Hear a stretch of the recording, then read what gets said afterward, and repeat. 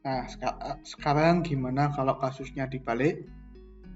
Bola isolator di dalam bola konduktor.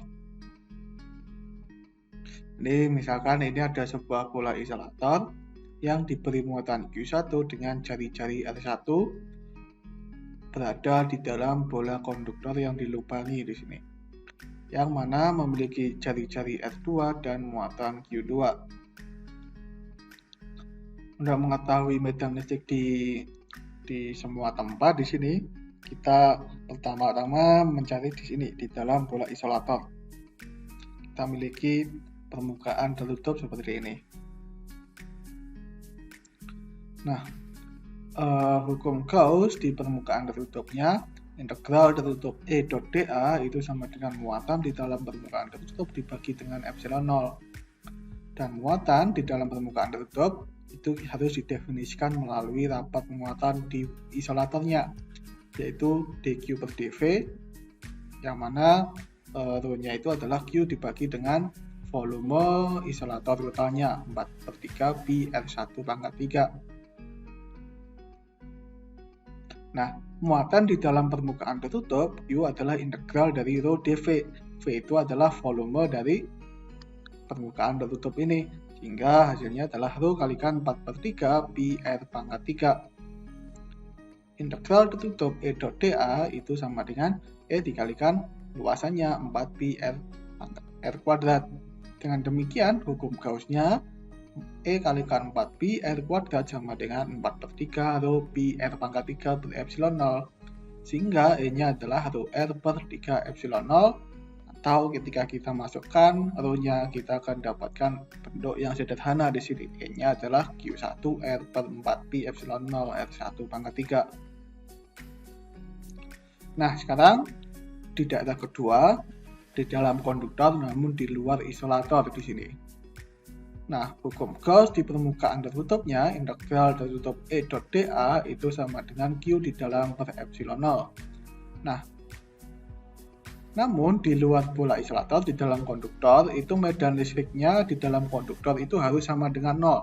Ini kan termasuk di dalam konduktor tuh. Dan kita pernah membahas sebelumnya bahwa di dalam konduktor itu medan listriknya harus sama dengan 0. Artinya muatan di dalam permukaan bola konduktor yang di permukaan dalam di sini, ini kan sebenarnya bola konduktor bolong terus diisi oleh isolator gitu kan. Awalnya bolong diberi isolator. Nah, berarti muatan di permukaan dalam, jadi ini permukaan dalam bola konduktor, permukaan dalam bola konduktor ini ya. Ya, ini maksudnya ya inilah pokoknya. Itu harus sama dengan muatan total bola isolator, namun tandanya berlawanan tanda. Jadi kalau misalkan Q1 ini positif, maka di sini itu harus ada muatan Q1 namun negatif. Agar muatan total di dalam bola konduktor, di dalam ini ya maksudnya di dalam permukaan tertutup itu sama dengan 0. Karena syarat agar medan listriknya sama dengan 0 itu muatan di dalam permukaan tertutupnya itu harus sama dengan 0 gitu. Dari hukum Gauss ini. Dengan demikian, di permukaan dalam ini harus terdapat muatan minus Q1, dan kalau misalkan muatan total bola konduktornya itu adalah Q2, ketika diambil muatan sebesar minus Q1 di permukaan dalam, maka muatan total bola konduktornya akan menjadi Q2 minus Q1 gitu, udah bukan Q2 lagi. Nah, biar muatannya itu menjadi Q2, permukaan di luar bola itu harus sama dengan Q1 plus Q2 gitu. Jadi ini kalau kita tambahkan Q1 plus Q2 minus Q1 kan tetap Q2 gitu. Jadi muatan totalnya itu tetap Q2. Hanya saja distribusinya berbeda. Yang sebelumnya muatan Q2 itu terdistribusi di luar permukaan konduktor. Nah, ini distribusinya yang minus Q1 di dalam dan Q1 plus Q2 itu di luar gitu. Nah, dengan demikian kalau udah seperti ini, ya medan listrik di dalam bola konduktor itu sama dengan 0 karena muatan total di dalam permukaan tertutup itu sama dengan 0.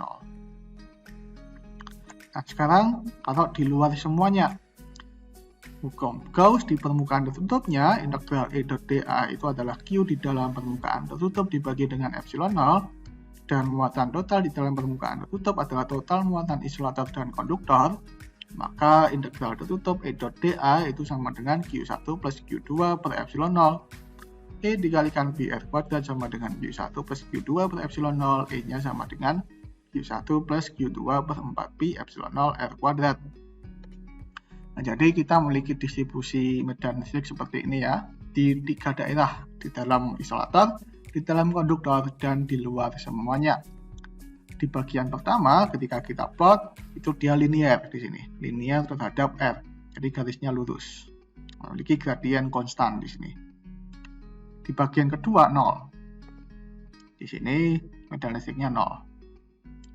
Di bagian ketiga, ini itu lebih besar daripada ini kan, jadi dia posisinya itu di atas, kemudian turun gitu. Nah, jadi ini ada ada diskontinuitas, medan listriknya diskontinu di sini gitu.